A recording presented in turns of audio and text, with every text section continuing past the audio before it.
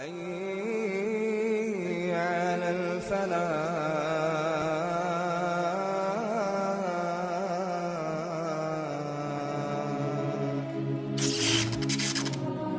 So the Ottoman Empire, may Allah reward them, did an amazing job in establishing Islam. However, it wasn't just this. Many of us already know about this. We know that they conquered Constantinople. But as I said, there's much that we don't know. For example, many of us aren't aware of the time that Muhammad al-Fatih, rahimahullah, fought against Dracula. You've heard of Dracula before? When I say Dracula, you're probably thinking of a vampire. And you're saying, yeah, Musa. You're telling me that Muhammad al-Fatih fought a vampire? What's next? He fought Superman? No. Dracula was a real man. There was a real man named Dracula, and he ruled over the southern part of the country of what we call today Romania. Now, Muhammad al-Fatih, rahimahullah, as he began to advance into Eastern Europe, for example, Bosnia, Serbia, Hungary, all of these lands, the people of Wallachia, of southern Romania, they wanted to fight against the Ottomans. However, they were very weak, and so they had to make a peace deal with him. So as part of this peace deal, Muhammad al-Fatih, rahimahullah, he said to the ruler, he said, you have to send me 2 of your sons, and we will send them to Istanbul to be educated. So he sent his 2 sons. One was named Vlad, and one was named Radu.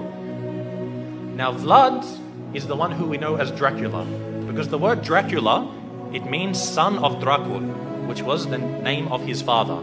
Drakul, it means shaitan, it means a devil.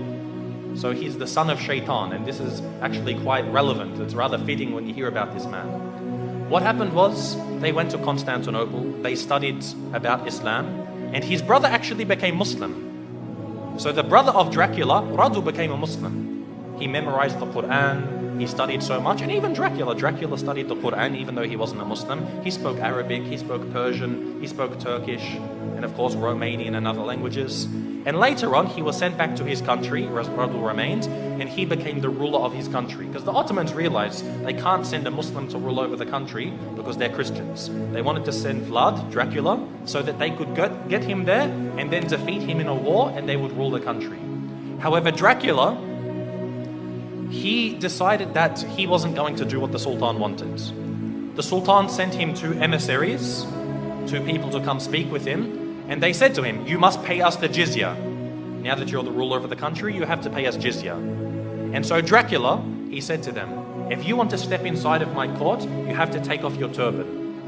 And so they said, no, we won't remove it for you. We're not going to remove it for a kafir. So he said, take it off. Again, they refused. So he told someone to come with some very big nails and hammers, and he said, if they refuse to remove it for me, then they will never remove it again. And he commanded that their turbans be nailed into their heads. And of course, this in effect killed them. So this was an act of war. Dracula had decided that he wanted to go to war with the Islamic State. And so Muhammad al-Fatih, rahimahullah, he sent a massive army to go fight against them. But Dracula, because of his tactics and the fact that he knew the Ottomans very well, he was able to defeat them on some occasions. Now what he did is what really makes him stand out as being an absolute devil. Dracula, what he did is when they would kill a person, or sometimes they wouldn't even kill them, they would capture them, he did something which is called impaling. Now if you haven't heard of impaling, it's a pretty gruesome thing to start to describe. What they would do is they would get a very, very big stick. They'd make it sharp at one end, they would insert it through your backsides, pass it through your body until it comes out of your mouth. They would impale them, they would pass this through their body. A lot of the time they would be alive as well. And this is how they would kill them. And then they would put this in the ground, then impale the next person, put him next to him. And the Ottoman army, when they went to go check on their troops, they found that on one of the very long roads leading to the capital of this area, they found 20,000 Muslims impaled along the sides of this road.